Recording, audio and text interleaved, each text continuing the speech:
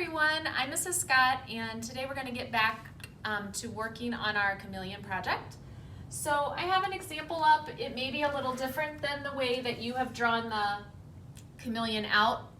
There were a couple options. You could hand draw your chameleon, or you could print the chameleon out to color. So I'm using a printable, and we're going to talk about neighbors on the color wheel and using neighbors on the color wheel to add the color to our chameleon. So when you can choose any color to start with as you start coloring sort of in this C shape that we have. And one way to practice coloring inside our shape is to give a little bit of a border around. We like to call it a bumper sometimes. And then you can quickly fill in the inside space without going outside of your lines as much. So also we're working on coloring in one direction to try to make it look as neat and as uniform as we can. So when you get your first color on there, just color about this far to the eye maybe, and then you're going to look at the color wheel, and since I chose red, I can go this way on the color wheel or I can go this way on the color wheel. So I could go to an orange or I could go to a purple. And students like to ask, where does pink fit in? So pink can go next to red. You can count it as a red, or it could be next to red. So I could also go to pink, and that would work fine as well. All right, so I'm going to just move on to my orange next.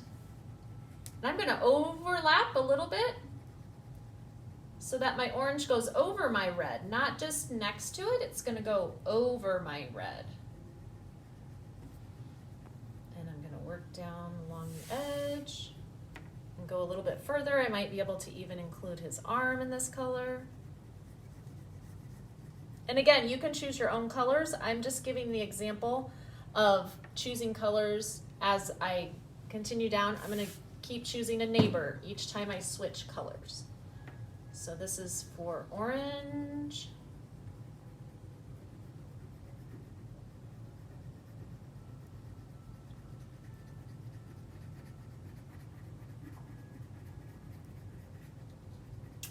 And then, once again, I'm going to look at orange. And I've already gone this way, so I'm going to keep going this way on the color wheel. I'm going to move into yellow next.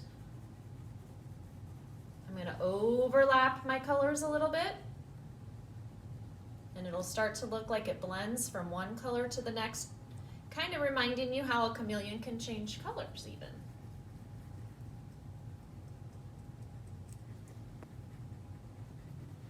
So I'm not going to do my entire chameleon in the video, but you can see how you're just going to continue to go from one color to the next, choosing neighbors. And then you can do this separate or as a part of your chameleon. Either one is fine. You can choose any color you want for the spikes on the back and this on his head.